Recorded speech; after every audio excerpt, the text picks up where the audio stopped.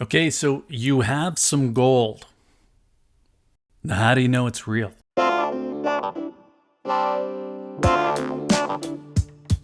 So today we're going to talk about fake gold coins and how to test your gold. This is something that should be high on your list for what to be aware of, but for a few reasons, it's probably not always going to be the case.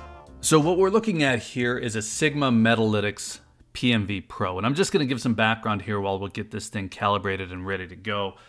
I've been buying gold coins for 16 years, and in that time, I've purchased 2 fake gold coins, but they were immediately conspicuous. Both were Krugerrands. It's nothing against Krugerrands, it's just what they happen to be. But I've seen Maples, I've seen listings for Buffaloes, for Eagles. I've only had 2, though, in hand that I actually purchased. You could test gold coins by weight and diameter. You could measure the thickness. That's a little bit harder. You could even get a ping app. You could ping your coins. You could see if the app says they're legit. And I suppose you could just show up at a local coin shop with your coins and ask them to scan them for you. Some shops, well, they'll do that for you and others might not. But the best option is going to be to test them yourself. As you can see here, what we have is a gold maple leaf, one that visually looks okay, weight is okay, diameter is okay. We're going to test it on the Sigma to make sure the gold content is okay. And what we can see here, pretty simple, we can see it's in the green. So I mentioned there are a few reasons these aren't probably on everybody's list. And we'll just cut straight to the big one. They don't give them away. The Sigmas I have in the shop today to test, they're not mine, they're on loan. And the prices, as you can see, run from just under $900 to just over $2,200. And what you saw a minute ago was the Pro, and it has some really nice features, especially if money isn't an object. If you're interested, there's a link in the description. That's going to get you a discount. But let's jump back and see a little bit more about what it can do.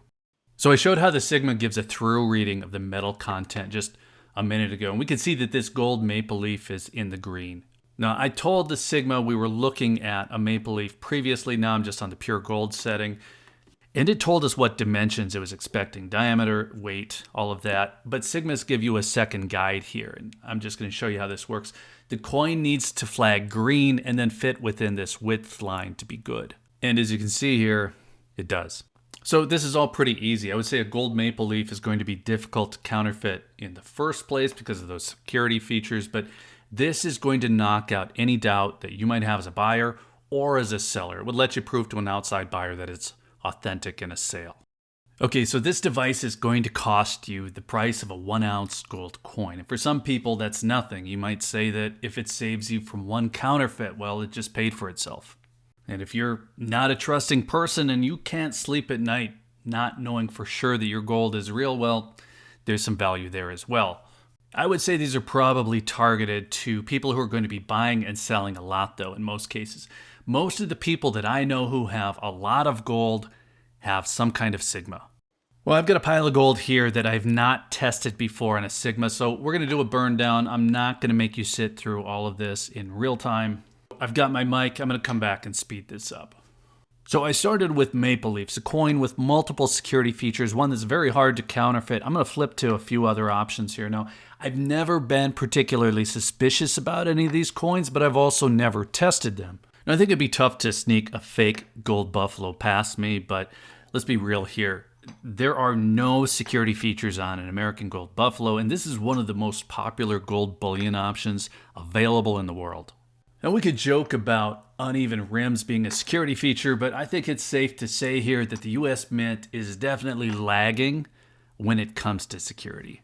Okay, so back to this device. Could we trick it? Yeah, there are a couple ways to do that. One, we could stack 2 coins and it doesn't really know what to make of it. Now, none of this means that the device is lacking or missing some kind of feature.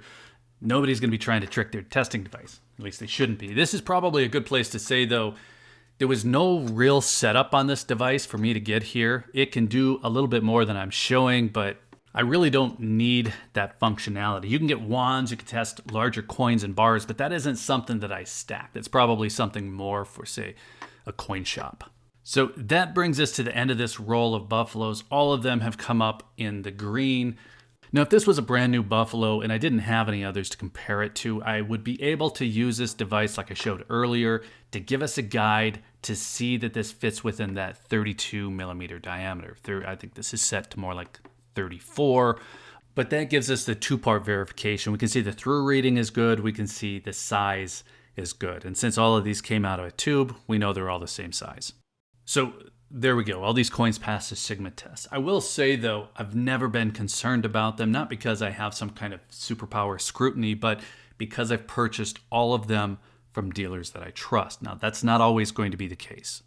Now, if you're chasing semi-numismatic coins, just for instance, you might be on eBay. And coincidentally, that's where I got a hold of both of my fake Krugerrands. But this Lunar Dragon came from SD Bullion. I don't have any question of its authenticity, but the Sigma lets us test it without even removing it from the capsule. And we can see it's in the green. So Perth Mint coins, they have micro engravings on them. If you know where to look, that and the matte finish would be pretty hard to fake, but people love to spread that Chinese fake rumor. I tested all these on the Sigma and they passed, of course, but we're going to try something harder here. A pre-33 double eagle is 90% gold, and people confuse them for American gold eagles, which are 91.67% pure. So we're going to see what the tolerance for a Sigma is. Now, if we give it an American gold eagle, no real surprise here, it's going to show up green. Now, eagles are a funny coin. The fact that it has a specific alloy, 91.67% gold, 3% silver, remainder in copper, that actually makes it easier to detect, at least if you have a device like this. Now, that's why the device had a specific setting for gold eagles. It also had a setting for 91.67% gold, with the balance being copper. That would be for Krugerrands. So what happens if we're confused? If we don't know any better, we grab a Liberty Head double eagle or a St. Gaudens double eagle and think that that's what the Sigma is referring to when it says gold eagle. As you can see, it's going to show up in the red. Now, this is where you do need a little bit of knowledge about the coins themselves to be able to operate the device. 1904 double eagle, it has a different gold content, it has a different weight. It is not an American gold eagle. Well, the Sigma knows that, but you need a little bit of knowledge to know what to select, what to tell it to look for. Okay, so far so good. Another case would be testing slabbed coins, and I have a few here that have been verified by NGC. These came from trusted dealers, and there are a lot of reasons that I don't question this particular specimen, but a fake slab could almost act as a fake positive. And what I mean by that is that it would be easier to fake this plastic slab than it would be to fake this coin. And since you can't simply take the coin out of the slab, put it back in, you're missing the most basic checks. You can't measure it. So it's good to see that these devices do work through capsules. They work through slabs as well. Now this one is showing slightly off right now, but there's some settings that I'm probably monkeying up while I'm doing this live. It was fine when I checked it before, but I do have the same coin that's already out in a capsule. It's a thicker capsule, it's a thicker coin, but you can see here that this one is about the same. Now, one thing that I've noticed in that my quick use of this device, my lack of setup, my lack of reading any instructions, I guess, is that the plastic does have a little bit of an impact. This coin is thicker than most, like I just mentioned. That throws it off a little bit, but I found that the plastic does change the reading slightly as well. It's just something to be aware of. We can see that outside of the capsule, we're completely in the green. No wand needed, no settings needed. It just works. So if you're getting into collectibles, into heirlooms maybe, I would probably be more interested in a testing device personally, because you just can't use things like a ping app to test a graded coin. It's buried in the plastic. So if I had a large collection of graded coins, I would definitely want some way to verify them.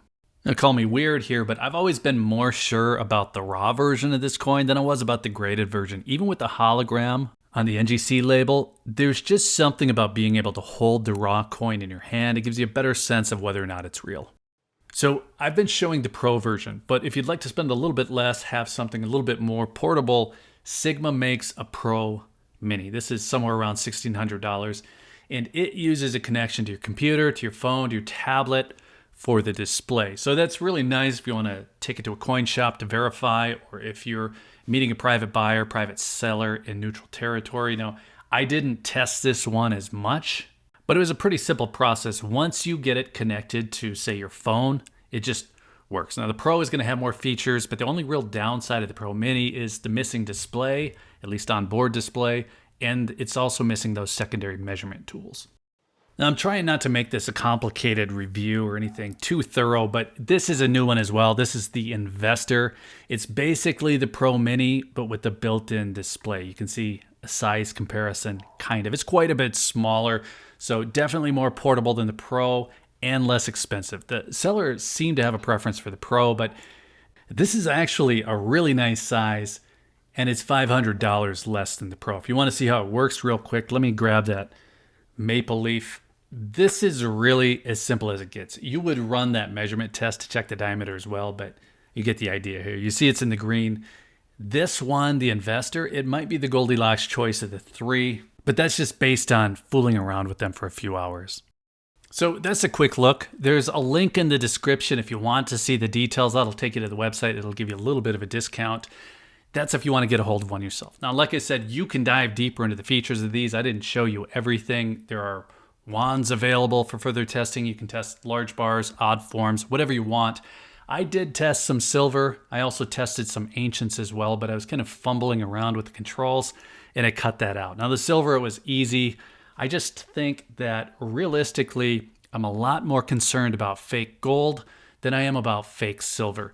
If I had a fake gold coin, I'd be out a lot more than I would silver. The silver counterfeiter also has a lot less to gain in terms of rewards. So that does not mean they aren't out there. It just means I'm not quite as worried about testing them because every fake silver coin that I've ever seen was pretty conspicuous. So let's call it good there. Let us know what you think. Do you test your gold or silver? You think you need to? Let us know. And then while you're in the comments, be sure to hit that like button if you found any of this interesting. Be sure you're subscribed with notifications turned on if you'd like to see more on the topic. And if you're still here, thanks again for watching. I always appreciate your time. Take care.